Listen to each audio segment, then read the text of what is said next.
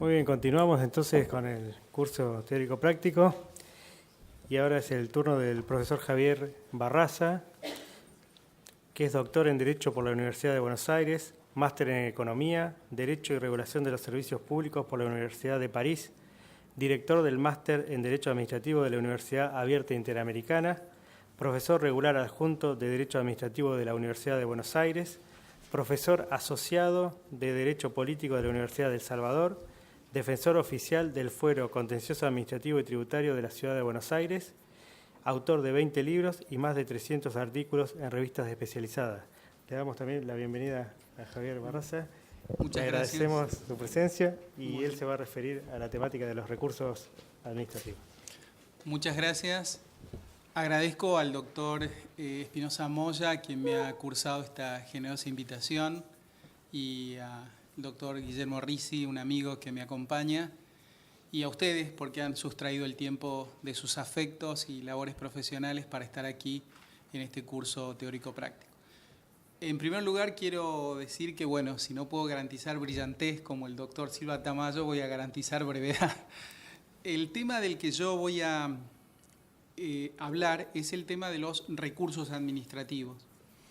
El doctor Silva Tamayo ya hizo referencia a las nulidades del acto administrativo y los vicios del acto administrativo, que es un tema que requiere un profundo debate y reflexión. Recién hablábamos con el doctor acerca de lo descuidado de que está el tema.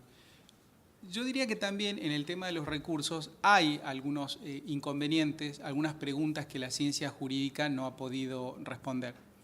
En este sentido, me parece importante señalar que el tema de los recursos convendría hablar más del enigma de los recursos administrativos, y el énfasis recae en el término enigma. Y la verdad que no tengo muchas revelaciones para ofrecer. Tan solo les voy a dejar algunas perplejidades clásicas acerca de los recursos administrativos. Y creo que lo importante son las preguntas que nos podemos formular. Las preguntas de Berkeley, de Hume, Schopenhauer, Heidegger, Derrida. En definitiva, la historia de Occidente es la historia de las preguntas. De modo que no tengo certezas para ofrecer, tan solo les voy a dejar algunas perplejidades clásicas de nuestra ciencia jurídica.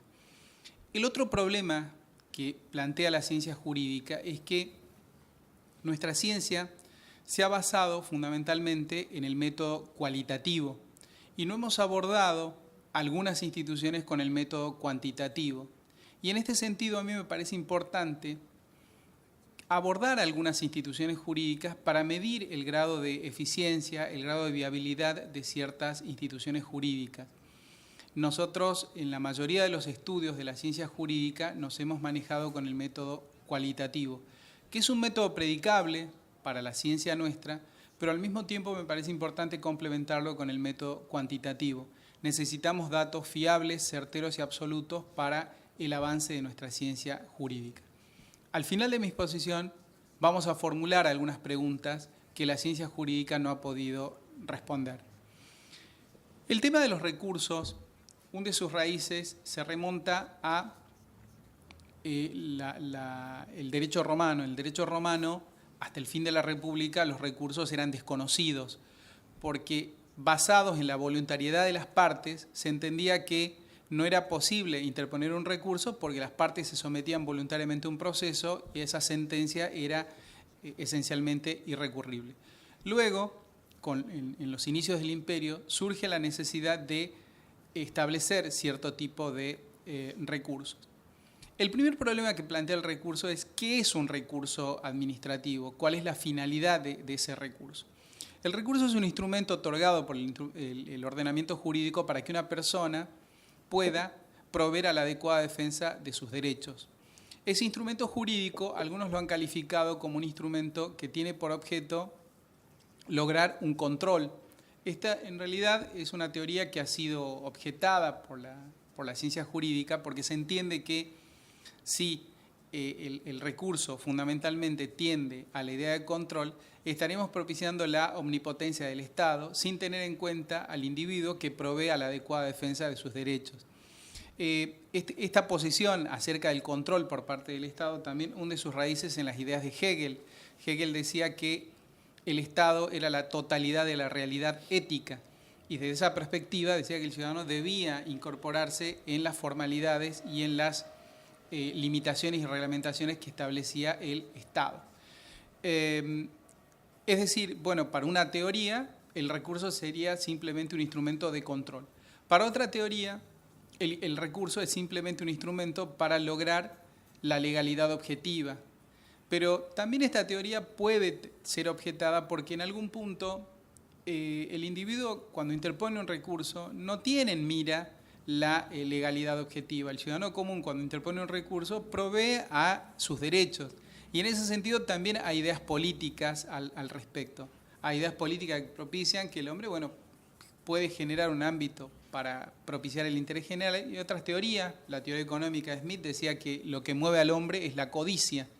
Desde la perspectiva entonces económico-liberal, el recurso administrativo sería simplemente la gestión del interés individual y solo mediatamente el individuo provee a la satisfacción del interés general. Lo cierto es que el tema de los recursos, ya el concepto de recurso ha generado algunas dificultades. Por otra parte, ¿qué ha pasado con respecto al orden jurídico positivo? En primer lugar, no sabemos en la totalidad de los recursos cuántos recursos se interponen por año y del mismo modo no sabemos si esos recursos resultan útiles y al mismo tiempo si esos servicios jurídicos que sustancian esos recursos y proveen con sus dictámenes, si esos recursos son eficientes, si esa actividad administrativa es útil para la sociedad, si eso genera costos o es necesario no medir ese tipo de actividad estatal. Lo cierto es que hay un recurso, y este es el primero, que es el recurso de reconsideración. Y este recurso de reconsideración, que se interpone ante la misma autoridad que emitió el acto, tiene un problema, porque la mayoría de las personas que han interpuesto ese tipo de recurso, el recurso no prospera. Yo trabajé 20 años en la Secretaría Legal y Técnica de Presidencia de la Nación, y en esos 20 años solo vi un recurso de reconsideración al que se hizo lugar, en 20 años, ¿sí? No computé la cantidad de recursos. Y acá viene una pregunta. El ciudadano nunca tiene razón entonces, porque si la administración se lo rechaza, uno podría pensar que la administración funciona bien, el ciudadano no tiene razón y por esa razón se lo rechaza. O si no, uno podría también pensar que la administración funciona mal, actúa mediante mecanismos de impunidad y siempre rechaza los recursos. Hay una remanida frase en el ámbito de la administración que dice, decile que no, para decir sí hay tiempo. Esto obviamente, si uno lo analiza en términos jurídicos, esto implica la violación de los deberes de funcionario público y la impunidad, ¿sí? Porque si el tiempo es mensurable en dinero y una persona solicita un recurso, estos son algunos de los puntos que deberíamos cuestionar del recurso de reconsideración y analizar y medir y cuantificar. ¿Cómo funciona el recurso de reconsideración? El recurso de reconsideración se interpone ante la misma autoridad que emitió el acto, el particular tiene 10 días para interponerlo y la administración cuenta con un plazo de 30 días para resolverlo. Y como se entendió que el recurso en la mayoría de los casos se rechaza, por una suerte de ficción se ha establecido la denegatoria tácita. Al cabo de 30 días, si la administración no resuelve, el particular puede denegarlo, considerarlo denegado tácitamente. Algunos han cuestionado la utilidad de este recurso, fundamentalmente porque nadie vuelve sobre sus pasos. Una vez que la administración ha tomado una decisión, el funcionario administrativo ha emitido su acto administrativo, a partir de ese momento ya no hay ninguna posibilidad de que se reconsidere, se revea esa decisión. ¿Por qué ocurre esto? Hay muchas razones. Una puede ser la impunidad, no tenemos mediciones sobre el tema. Otro puede ser una razón de orden práctico. El funcionario que admite un recurso es sospechoso. En cambio, el ciudadano que rechaza ese recurso es mucho más cómodo y no tiene inconvenientes, porque por algo le habrá hecho lugar, habrá sido el amigo, hay muchas de las razones. Entonces, para el funcionario es mucho más cómodo rechazar el recurso antes que admitirlo. Esto también Y por otra parte, hay una razón de orden psicológico. Según lo que dice la ciencia psicológica, sobre todo la postura de Viktor Frankl, él señala que cuando una persona toma una decisión, esa persona no vuelve sobre esa decisión. Porque cuando uno decide, decía Frankl, en definitiva, en esa decisión uno involucra su personalidad e identidad. Y nadie quiere mutilar su personalidad e identidad. Entonces uno puede ir con los mejores argumentos, pero cuando una persona tomó una decisión, no hay ninguna posibilidad de que esa persona reconsidere esa decisión. En definitiva, el recurso de reconsideración ha sido considerado inútil, se lo considera un recurso que no sirve para nada y en algunos casos hasta se propicia su eliminación. Lo cierto es que la ley, con un singular criterio, lo ha tornado optativo. Teniendo en cuenta estas características, el recurso, el particular lo interpone o si decide no interponerlo, puede también no hacerlo. ¿Qué ocurre en la práctica? ¿Puede el particular tener algún viso de utilidad de este recurso? Yo creo que sí, que el recurso de reconsideración puede darle algún tipo de utilidad al individuo. Imaginemos una persona que le han aplicado algún tipo de sanción y es inminente el cambio de un gobierno.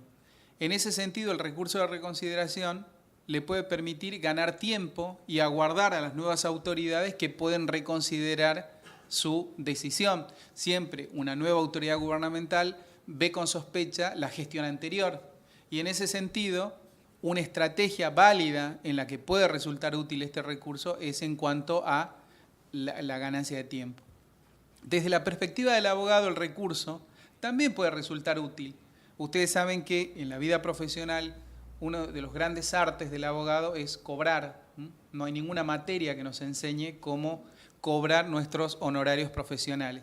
Y a veces a uno le interesa un cliente o finalmente no puede determinar si ese cliente le va a pagar o no, pero le interesa tener un cierto margen de maniobra. En ese caso uno puede decidir acompañar a ese cliente con un pequeño recurso de reconsideración y luego ver cómo se va desarrollando su vida y su relación contractual con el cliente. Fíjense que son datos extrajurídicos, porque acá no estamos hablando del recurso en sí, pero nos puede resultar útil también en el ámbito profesional. A veces, por experiencia profesional, uno después de tantos años, después como los pescadores que ven los pescaditos en el agua turbia, el abogado después de años sabe si el cliente le va a pagar o no. Entonces, pero a veces no lo podemos saber, entonces el recurso de reconsideración puede resultar útil. Por otra parte, también puede resultar útil el recurso de reconsideración porque nos permite esbozar una estrategia sin desplegar todo nuestro arsenal jurídico para en etapa posterior ir desplegando mayores argumentos y mayores posibilidades de argumentación. A veces no tenemos tiempo, el cliente llega sobre la hora y en ese sentido el recurso de reconsideración puede resultar útil. Reitero, no hay datos estadísticos acerca de la utilidad o inutilidad del recurso administrativo. Nos movemos acá en el plano de la mera opinión, ¿sí? Según mi observación, lo que vi en mis años en la Secretaría Legal y Técnica de Presidencia de la Nación, tan solo vi un solo recurso de reconsideración admitido en 20 años. Entonces, desde esa perspectiva, necesitamos medir, cuantificar y saber dónde está el problema de ese recurso de reconsideración, porque si no, tendríamos que concluir que el administrado nunca tiene razón y por esa razón se lo rechaza. ¿Qué pasa con el gran recurso que es el recurso jerárquico? El recurso jerárquico hunde sus raíces también en un problema fundamental que es el concepto de jerarquía. Y acá me parece importante detenerme un momento para hacer una pequeña referencia a la jerarquía. Si ustedes toman los libros de derecho administrativo, las obras clásicas del derecho administrativo argentino y también del derecho administrativo francés, del derecho alemán, Otto Mayer, Merkel, o los franceses, los clásicos, Bedel, Barthélemy, Del Volvé, o lo mismo los españoles, García de Enterría, Fernando Garrido Falla, ustedes van a ver que jerarquía es la posibilidad que tiene un superior jerárquico de emitir una orden controlar su cumplimiento y aplicar una sanción. Este es el concepto tradicional de jerarquía tomado del derecho eclesiástico, que se refería al cuidado de las cosas sacras para el buen orden de la Iglesia. La jerarquía entonces es eso, la posibilidad que tiene una persona de dar una orden, controlar y aplicar una sanción. Pero ese concepto es un concepto en crisis, el concepto de jerarquía, porque el mundo avanza hacia estructuras dinámicas, flexibles y cambiantes, ¿sí? El concepto de liderazgo que tenemos en la administración es un concepto equivocado. Fíjense ustedes que en la mayoría de los casos en la administración se cree que liderar es simplemente ocupar una posición. Y en realidad el liderazgo es capacidad para tener seguidores. Y ese concepto equivocado hace que una persona que en una organización administrativa tiene una posición de líder y no ocupa una posición, no se visualice como tal. Y del mismo modo ese jefe que ocupa un lugar y que no tiene la pericia técnica y no tiene la autoridad moral para mandar, se visualice como jefe y no puede ni conducir el tránsito, ¿sí? Desde esa perspectiva, me parece importante repensar el concepto de jerarquía, ¿sí? Hay una crisis de ese concepto y a mí me parece que es importante ordenar, que es importante controlar y aplicar una sanción, pero juntamente con eso es importante que los líderes de la administración tengan pericia técnica y capacidad para motivar. Llama la atención, por ejemplo, que un director de orquesta se le exija que los miembros de esa orquesta toquen al unísono, con equilibrio y con armonía, porque si no la orquesta no funciona. Lo mismo ocurre con un director técnico de fútbol. El director técnico de fútbol tiene que conglomerar un grupo de personas y al mismo tiempo tiene que lograr resultados exitosos. Pero eso no se mide en el ámbito de la administración.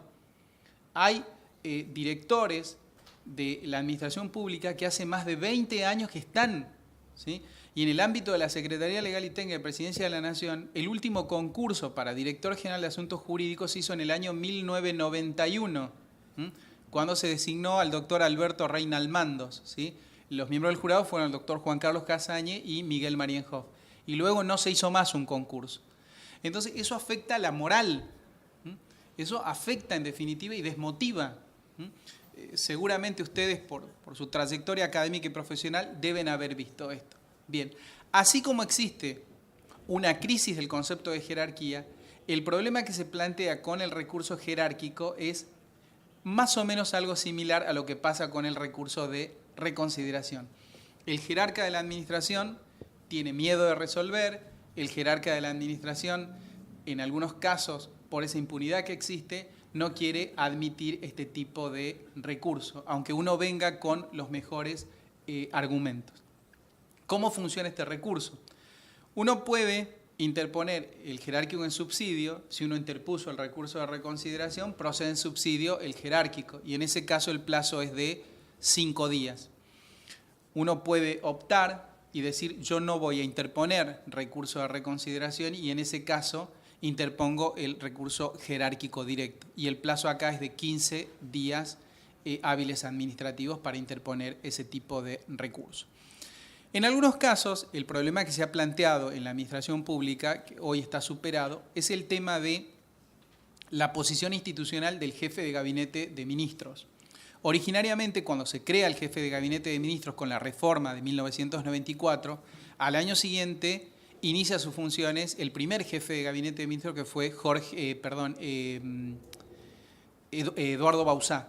Lo designan el 8 de julio de 1995, accede al cargo de jefe de gabinete, y entonces ahí se suscitó un problema. Si el jefe de gabinete de ministros era un superior jerárquico de los ministros o era un ministro más. ¿Cómo se solucionó esto? Porque en definitiva esa solución implicaba que si era un superior jerárquico tenía que resolver los recursos pendientes, y si era uno más, entonces en ese caso no podía resolver los recursos jerárquicos. La Procuración del Tesoro emitió 2 dictámenes en ese momento. Un dictamen en el año 96, el dictamen 200 del año 96 y posteriormente el dictamen 90 del 97. En esos 2 dictámenes del Procurador del Tesoro de la Nación, por ese momento Rodolfo Díaz, se dijo que el jefe de gabinete de ministros, no obstante su denominación, era un ministro más. No se tuvieron en cuenta acá ninguno de los antecedentes institucionales, antecedentes políticos e históricos que llevaron a la creación de esa figura que tenía por objetivo atenuar el sistema presidencialista. La Procuración en ese sentido dijo que era un ministro más. Pero acá surge el problema técnico-administrativo, porque si yo digo que el jefe de gabinete es un ministro más, no puede resolver los recursos y entonces debe resolverlos el presidente de la Nación. ¿Cómo se resolvió esto?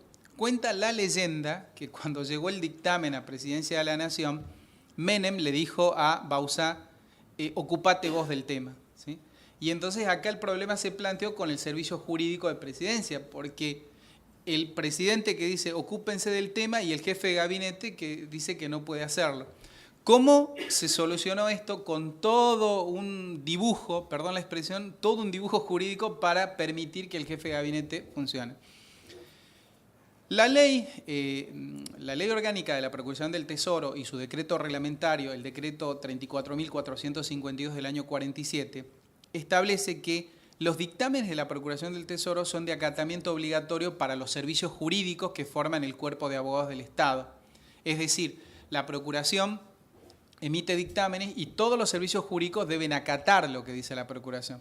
Pero al mismo tiempo le permite la reglamentación dejar a salvo su opinión a los servicios jurídicos. Es decir, los servicios jurídicos deben acatar lo que dice el Procurador del Tesoro como director general del Cuerpo de Abogados del Estado, pero pueden dejar a salvo su opinión.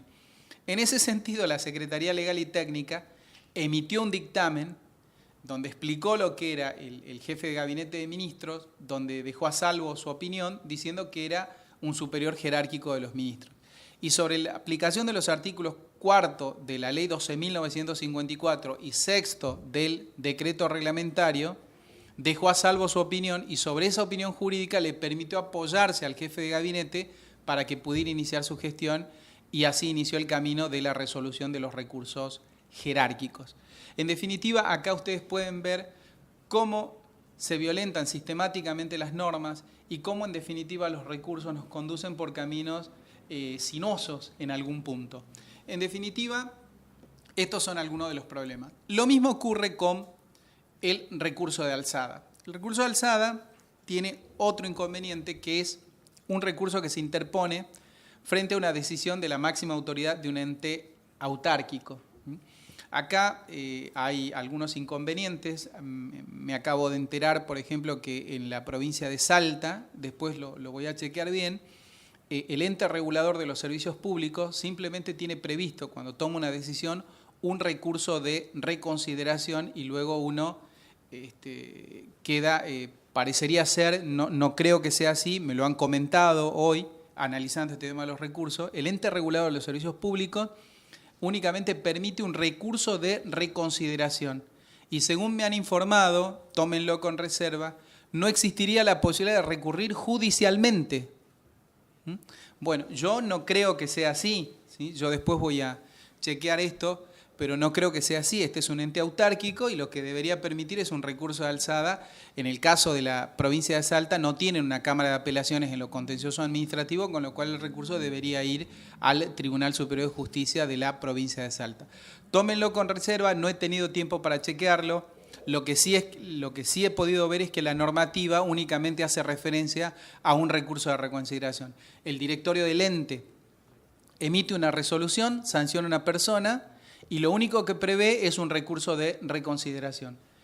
Desde mi perspectiva, yo no creo que sea así. Lo que pude ver hoy es que no está previsto, no encontré la norma, no creo que sea así, porque sería ya algo grosero en términos jurídicos, por no decir otra expresión, ¿sí? Bien, en el ámbito federal, el recurso de reconsideración, el de alzada, procede contra decisiones de la máxima autoridad de un ente autárquico y tiene una particularidad. Uno puede presentar el recurso de alzada o bien directamente puede ir a la justicia. Es una opción que tiene el particular. La única diferenciación que hace la ley es si el ente autárquico ha sido creado por decreto o por ley. En el caso de que sea creado por decreto, la autoridad administrativa puede revocar, modificar o sustituir la decisión. En caso de que el ente autárquico haya sido creado por ley, la autoridad administrativa confirma o, en el caso de que rechace la decisión, lo que hace la autoridad administrativa es remitir al ente para que dicte una nueva decisión ajustada a derecho, teniendo en cuenta estas particularidades de creación del ente. ¿Sí?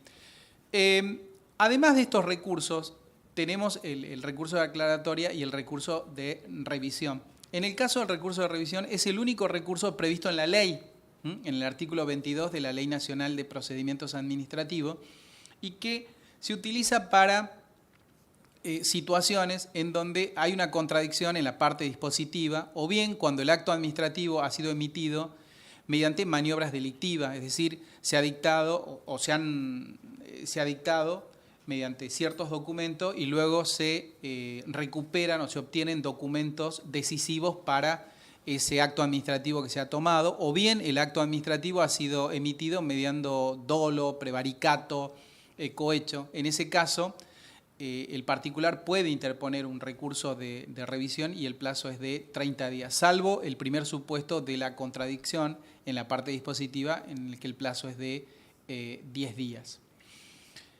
Hay otra cuestión procedimental dentro de la Ley Nacional de Procedimientos Administrativos y de su reglamento, que es la queja.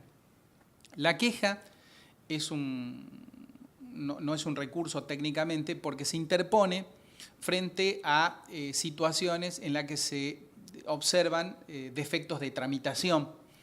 Y en ese caso también hay una crítica a la ley, porque cuando un particular está inmerso en un procedimiento recursivo, no puede interponer queja. Pero fíjense la paradoja, cuando un particular se involucra en un procedimiento recursivo y decide interponer un recurso, a partir de ese momento es cuando el particular está más atento a las cuestiones administrativas, está más consustanciado con la gestión administrativa, y en ese caso, si se produce un defecto en la tramitación, la ley no le permite interponer una queja. La queja ha sido expresamente excluida del sistema recursivo. Únicamente uno puede interponer una queja cuando existe un defecto en la tramitación. Uno quiere presentar un escrito o algo y no se lo reciben, en ese caso uno podría interponer una queja, pero siempre que no esté dentro de un procedimiento recursivo. El otro problema que se ha planteado es que, por un lado, uno puede impugnar un acto de alcance individual mediante el sistema recursivo, pero uno también puede impugnar un reglamento, los actos administrativos de alcance general. Y acá la ley ha fijado dos vías, es decir, una vía llamada reclamo impropio y otra vía llamada vía indirecta o impugnación indirecta. Es decir, el particular puede cuestionar un acto administrativo mediante la vía recursiva, un acto de alcance individual, pero también el particular puede cuestionar un reglamento. Y lo puede cuestionar, y esto es lo novedoso de la ley, porque puede cuestionar un reglamento frente a su sola existencia.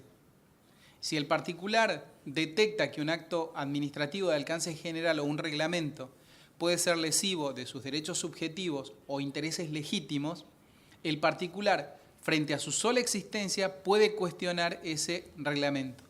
Y no tiene plazo. Es decir, el particular se emite un acto administrativo de alcance general y el particular detecta que ese acto lo va a perjudicar en forma cierta e inminente en sus derechos subjetivos, el particular puede cuestionar el reglamento. Pero acá viene la combinación que hace la ley, porque si en virtud de ese reglamento la administración pública emite un acto de alcance individual, a partir de ese momento el particular ya no puede interponer un reclamo impropio, sino que tiene que seguir la vía recursiva y de manera indirecta cuestionar al reglamento. Fíjense usted, un ejemplo puede aclarar un poco esta cuestión. Imaginen una persona que compra productos para vender en Navidad ahora a fin de año. Entonces hizo una importación a un país escandinavo, compra muñequitos de Papá Noel, alquila un local en Florida y Corrientes para vender el producto de Papá Noel y va a alquilar el inmueble por unos meses porque después no se va a dedicar a la actividad comercial de manera definitiva. Tiene todos los gastos hechos y la administración emite un acto de alcance general por medio del cual establece que por cuestiones de seguridad y porque pueden haber piquetes y manifestaciones en Navidad, esa zona no va a poder transitar nadie, ¿sí? A partir de ese momento, si el particular toma conocimiento, podría cuestionar el acto de alcance general, porque lo va a afectar en forma cierta e inminente en sus derechos subjetivos e intereses legítimos. Pero puede ocurrir que el particular no haya leído el boletín oficial y no se entere. Y cuando llega la Navidad, unos días antes, abre su comercio. Lo abre y no sabía de la reglamentación. Y entonces la administración emite un acto de alcance individual ordenando la clausura del establecimiento, en virtud de ese reglamento. A partir de ese momento, el particular lo que tiene que hacer es cuestionar el acto de alcance individual e indirectamente la reglamentación, ¿sí? Estos son algunos de los recursos que la Ley Nacional de Procedimientos Administrativos ha establecido. Como yo les decía al inicio, el sistema recursivo, a mí me parece que desde la perspectiva jurídica es muy bueno. Lo que me parece importante es formularnos algunas preguntas. ¿Son útiles los recursos? ¿Son eficientes los mecanismos y los plazos con los que se despliega la actividad administrativa? Yo he visto recursos de más de 20 años. Los recursos de reconsideración del Sistema Nacional de la Profesión Administrativa, que se sancionó en el año 1991, se terminaron resolviendo en el año 2008 los recursos, ¿sí?, que se interponían contra el Servicio Nacional de Sanidad Animal. Entonces era de la ex, porque, bueno, habían pasado tantos organismos y entes administrativos que se tardaron casi 17 años en resolver estos recursos. Entonces, me parece a mí que son buenos los recursos tal como están previstos en el orden jurídico positivo, pero necesitamos formularnos algunas preguntas. Y la pregunta fundamental es ¿por qué no prosperan en el ámbito de la administración los recursos, aunque el particular tenga toda la razón del mundo? Estas son algunas de las cuestiones que quería formularles en este día y les pido disculpas por esta conferencia dispersa y titubeante. Muchas gracias.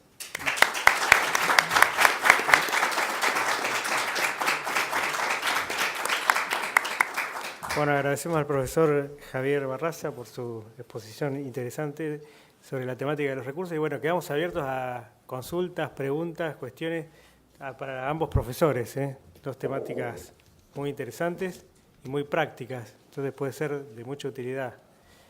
Así que los invito a hacer las preguntas.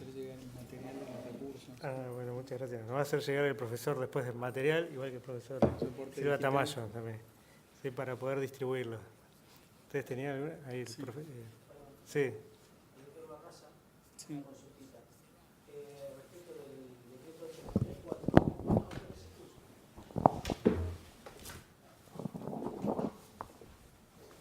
Es algo muy corto. Antes que nada agradecerles a ambos, la verdad que muy bien, muy interesante. Pero bueno, buscando el punto práctico de la charla y abriendo por ahí un poco el juego de las consultas, me gustaría consultarte, Javier, si a partir del decreto 894 del año pasado, cómo ha quedado la situación del jefe de gabinete, porque tengo entendido que ahí sí lo tomó como el... ¿no? Sí, Creo sí. que eso fue lo que terminó de solucionar y de cerrar. Claro, sí, por supuesto. Eso fue era simplemente a manera de anécdota. Fíjense todo el recorrido que hubo que hacer para reconocerle finalmente al jefe de gabinete alguna gravitación en el orden político, en el orden jurídico-administrativo, porque en el orden político-institucional el jefe de gabinete fue diseñado para que avanzáramos paulatinamente hacia un sistema parlamentario. Alfonsín, en el año 1985, cuando crea el Consejo para la Consolidación de la Democracia, decía que los argentinos, después de 20 o 30 años de práctica democrática, íbamos a estar en condiciones de pasar a un modelo parlamentario. Y él consideraba que ese avance debía ser gradual. ¿Y cómo se iba a hacer? Mediante la creación de una figura que nos permitiera avanzar gradualmente hacia el modelo parlamentario. Iba a ser como un fusible político que proviniera del Congreso y que llevara adelante algunas tareas de índole administrativa. Pero bueno, nada de eso se logró. Simplemente tiene una tarea eminentemente administrativa, es un personaje de mucha importancia. En el caso actual, Marcos Peña es una persona de la más alta confianza del presidente de la Nación, pero no ha tenido el grado de incidencia que originariamente se proyectó. Lo que se quería era crear un ministro coordinador y avanzar gradualmente hacia un modelo parlamentario. Pero, como señala el doctor Risi, esto se solucionó. Yo simplemente les hice referencia a todos los avatares para poder poner en funcionamiento una figura que tenía otros objetivos. No sé si con eso contesto. Quería hacer una consulta más específica respecto de la ley penitenciaria, la 9578, la ley de servicio penitenciario bonaerense. En el artículo 11 establece, ¿no es cierto?, la integración a la carrera y establece específicamente que para cargo de relevancia es necesario título universitario. Esto es por una reforma introducida por la ley 13.103 del año 2003, que daba un plazo de vigencia de 5 años para comenzar con su implementación, es decir, que ya está sobradamente excedido ese plazo. Y bueno, a la fecha no se cumple dicha obligación legal. Y la pregunta sería, ¿cuál sería el remedio jurídico para subsanar esa cuestión? Qué pregunta, ¿eh? Bueno, no sé si... Bueno, como quieran. O decirle Los dos, y después yo... sí, los dos Mire, pueden contestar, sí. Un lujo que contesten los dos. Lo que usted, no conozco bien esa ley penitenciaria, pero es una realidad que se puede trasladar al orden nacional. Nosotros tenemos en el orden nacional un convenio homologado que es el Sistema Nacional de Empleo Público, el SINEP, después el SINAPA, con una reforma posterior del año 2008, donde se exige para los cargos de conducción, entre otros requisitos, bueno, por supuesto título universitario, pero además se exigen estudios de posgrado, ¿no? No aclara bien si son posgrados universitarios o estudios terciarios no universitarios, pero la exigencia está. Y además experiencia en la materia y en conducción de grupos de trabajo. Bueno, ahora se atenuó un poquito con esto de la crisis cambiaria, pero este gobierno, y también el anterior, pero este gobierno acentuadamente, hasta mitad de este año, eran toneladas y toneladas de nombramientos en cargos de conducción, cargos críticos, con excepción a todo el SINAPA, por no reunir los requisitos mínimos de acceso al cargo. Esto, a mi modesto entender, es desviación de poder. Si yo y después salvo lo que diga Javier, es una desviación de poder clara. Lo que veía en el boletín oficial es que la excepción pasa a ser como una regla. Claro. Y además, usted está derogando singularmente un reglamento, que es un principio, digamos, de procedimiento administrativo, ¿no?, en materia reglamentaria. Así que lo que usted dice se puede aplicar esta opinión mía, ¿no? Yo creo que le cabe también. ¿Y el remedio sería un amparo, un recurso? Por ejemplo, no sé cómo anda. revocar todos los accesos a la provincia también. ¿Por qué no? Sí. Afectados supuestamente, ¿no es cierto?, agraviados por una situación que no se cumple, que es de obligación legal.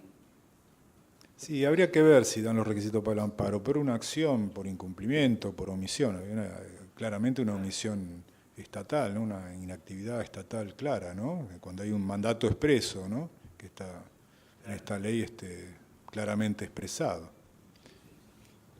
Bueno, como dice Wittgenstein, es mejor formular una pregunta antes que dar una respuesta, porque con una respuesta uno se puede confundir, pero con una pregunta uno fulmina una cuestión. ¿Sí? Así que le agradezco la pregunta. La verdad que no tengo muchas respuestas para darle, porque por un lado usted podría iniciar una acción de responsabilidad del Estado por omisión, pero en ese caso, ¿qué pediría? ¿Una indemnización? Cuando en realidad usted lo que quiere es acceder a la carrera, o bien presentar un pedido para que lo admitan porque usted cumple con los requisitos fundamentales, y en ese sentido no tengo una respuesta. Yo reitero lo que dice el doctor Silva Tamayo, que cuando surgen excepciones se violenta un principio que viene del derecho romano, el derecho de inderogabilidad singular de los reglamentos. En latín es legem patere quam ipse fecisti, que es soporta la ley que tú mismo creaste.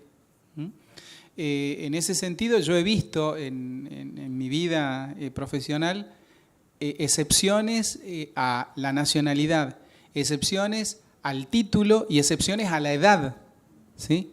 Y así se designaron miles de personas. Y por otra parte, lo que señala el doctor Silva Tamayo también, acá es fundamental analizar la desviación de poder, porque el móvil es subjetivo, se quiere designar a amigos, parientes y amantes, en algún caso. No vamos a dar nombres, pero ustedes lo pueden ver en muchos casos. Personas que después terminaron casándose con el funcionario de turno, ¿sí? Y en ese sentido es un tema que afecta la moral, o sea, que una persona que estudia, que trabaja y que luego no puede acceder a un cargo, y eso es altamente desmotivante. Ese es un punto para analizar, altos niveles de impunidad y de desmotivación. Lo que se ¿Sí? está dando ahora como regla general es cualquiera accede a los cargos, que el cargo va de la mano de la jerarquía, porque el artículo no habla nada de jerarquía, sí de cargos de relevancia y los que menciona. Subdirector, director de unidades, subdirector de organismo, director de organismo, pero obviamente que va de la mano de la jerarquía, porque si no, uno de menor jerarquía que obtenga un título rompería, ¿no es cierto?, con ese verticalismo que sienta la base de la institución. Así que va de la mano, tiene mucha relación. Y hoy en día no se aplica ni para una cosa ni para la otra, ni para los cargos ni para los ascensos. Es decir, hay gente con título universitario que no es tenida en cuenta y queda relegada, apartada del escalafón, y hay gente que sigue avanzando en la carrera. ¿No se puede solicitar que un organismo de Contralor se aboque a revisar esa cuestión? A revisar la designación. Es una organización que realmente sería... Hay una ley, no se está cumpliendo, tiene que haber un organismo de Contralor. No sé si será la Asesoría General de Gobierno, General Legal y Técnica, tiene que haber un control de los actos. ¿Se puede solicitar que lo revise? Y no necesariamente tiene que hacer un recurso de revocatoria y una cuestión individual. Se dice, miren, señores, hay una ley que no se está cumpliendo. Bueno, está la revocación del acto, ¿no?, por razones de legitimidad. Pero los instrumentos jurídicos creo que están. Lo que no hay es una voluntad de ese control. Tengan en cuenta que cuando asumió este gobierno en 2015 hubo una serie de revocaciones de actos, pero no hubo un avance en algunos puntos. Recuerden que antes de concluir hubo múltiples designaciones. Algunos casos generaron discusiones que están en el ámbito de la procuración, no sé cómo terminaron, pero ahí se cuestionaba el tema de la revocación. Las autoridades pueden, de hecho se puede revocar por razones de ilegitimidad el acto administrativo. La autoridad administrativa lo puede hacer. Sí. Cuento el caso de la procuración. De hecho, hubo un decreto donde se habían incorporado 72 agentes a la planta permanente de la procuración sin concurso, que fue dejado sin efecto por este gobierno. Claro, en ese caso tendríamos que ver la copa medio llena, la copa medio vacía. Está mal que la administración no provea de concursos a quien está hace 20 años, que había gente en ese decreto que estaba hace más de 20 años. Pero está mal, por otro lado, también utilizar ese argumento, que es muy entendible, para hacer ingresar a planta permanente por fuera del concurso a otras personas adeptas al régimen gobernante, ¿no?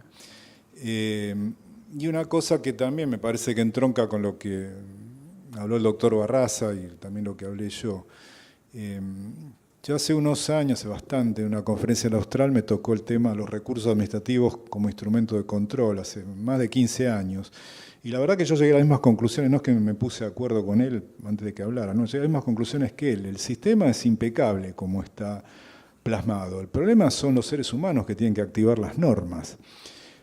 Tanto más en un escenario de politización del cargo público, porque a todo lo que dijo Javier se suma que el funcionario, ya sea el que dictó el acto y tiene que resolver la reconciliación, o el jerarca que tiene que resolver el recurso jerárquico, son funcionarios políticos, son funcionarios que han terminado por ser políticos. Es más, este gobierno claramente, ustedes los invito a que vean declaraciones de distintos funcionarios, del ministro de Modernización, el secretario actualmente, el jefe de gabinete. Vamos a reducir cargos políticos, direcciones generales y coordinaciones. A mí en la Facultad de Derecho de la Universidad Nacional de Buenos Aires me enseñaron que había una burocracia permanente y una burocracia estable, y que el cargo máximo, según el organismo de que se tratara, al cual se aspiraba a llegar en la carrera administrativa, era el director nacional o director general, nunca que eran cargos políticos. Hay una politización del empleo público muy clara, que se da en los cargos críticos, pero también lo que es peor, se da en los cargos de jerarquías inferiores.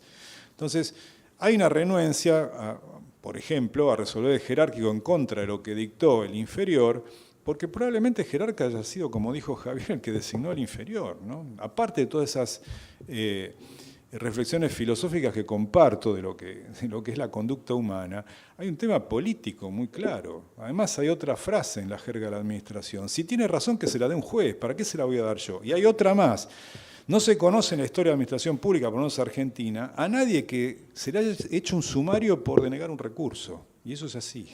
Claro.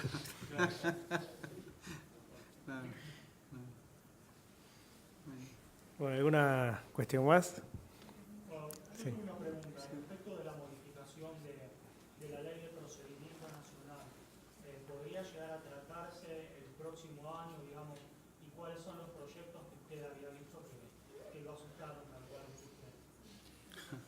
No tengo idea cuándo se va a tratar, pero hay varios proyectos que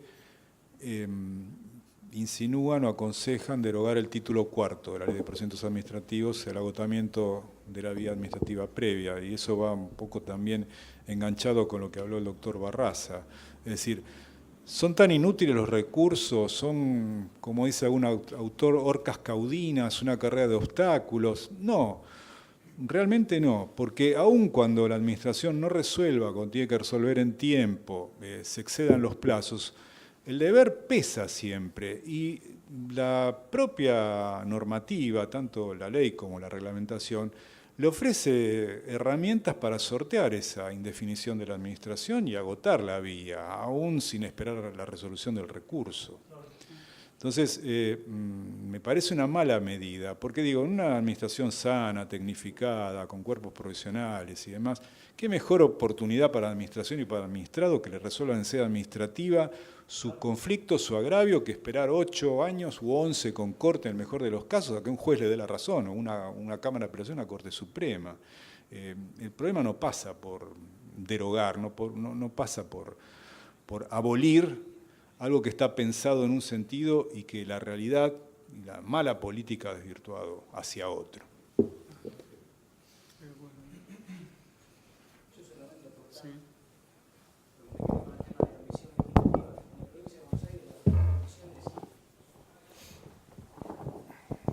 En la provincia de Buenos Aires la cuestión de omisiones legislativas, lo que se ha llevado hasta ahora son cuestiones a través del amparo.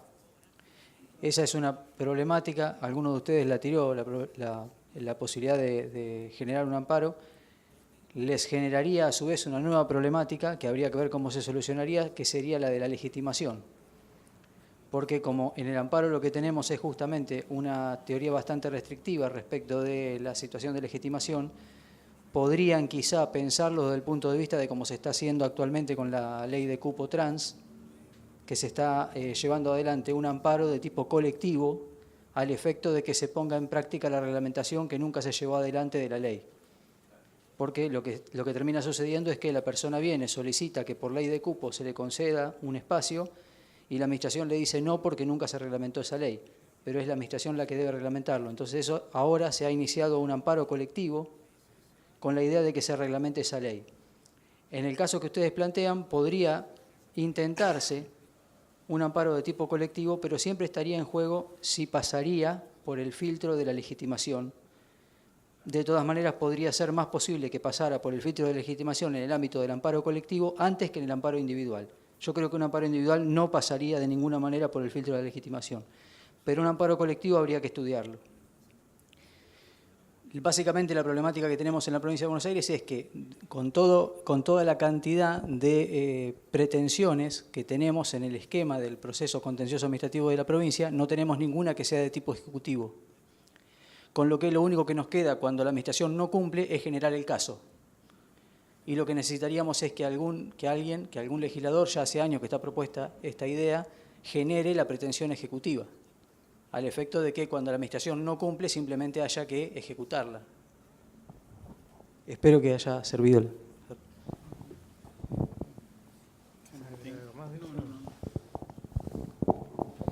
¿Alguna otra cuestión? No, yo quería, estoy de acuerdo con lo que dijo recién el defensor del pueblo de La Matanza, contó un caso también y dijo que el error perdieron por no haber hecho el amparo colectivo, lo hicieron individual. Me hizo acordar de eso. Exacto, muy bien. ¿Alguna más? Yo me quedé con una para el doctor Silva Tamayo. El tema de ahora de las reformas de los procedimientos administrativos y la posibilidad de incorporar la visión tripartita con la inexistencia del acto administrativo. ¿Lo ve viable, práctico o totalmente inútil? Yo creo que dije que no me gustaba mucho la teoría de la inexistencia. No sé realmente si se pretende proyectar en ese sentido. Me parece que daría lugar a cierta inseguridad jurídica. No veo realmente, digamos, una ventaja práctica, y más allá de que la Corte la haya receptado en alguno que otro pronunciamiento, dos de los cuales mencioné. No sé si con eso te contesto. Sí. No es una teoría que a mí, pero es una cuestión de gusto, no es una teoría que a mí me resulte simpática. Sí, algunas provincias lo tienen. Sí, algunas provincias la tienen regulada, sí, estoy al tanto de eso. Y otra cuestión que donde se ha utilizado la teoría de la desviación de poder en la reciente jurisprudencia de la Corte son los casos de figuras contractuales que están previstas en normativas especiales para cubrir tareas puntuales, ¿no? Y por un tiempo determinado. Casos en los cuales la Administración ha venido renovando a su antojo, ad libitum, hasta que un día, el día menos pensado, dice, no, bueno, no te voy a renovar más, y por ahí la gente estaba trabajando hace mucho tiempo, ¿no? El último pronunciamiento, bueno, están los clásicos Ramos y Sánchez, ustedes los conocen, el último es Serigliano, donde llanamente dice que hay desviación de poder, un decreto del año 2001 que autorizaba contratar servicios sin plazo y que fue renovándose sucesivamente hasta que un día la Administración decidió no dar por renovado el vínculo y bueno, la Corte estableció que había desviación de poder y aparte utilizó varios argumentos, algunos derecho laboral, la teoría de la realidad, violación de la confianza legítima, etc. Ese es otro caso también, ¿no? ¿Alguna otra cuestión? Bueno, les agradecemos su presencia, les agradecemos también a los profesores por sus excelentes exposiciones y que esperemos que sea el inicio de otros cursos teórico-prácticos, ya los comprometemos para el próximo año. Y agradecemos a toda la presencia, los despedimos nuevamente a los profesores con un aplauso.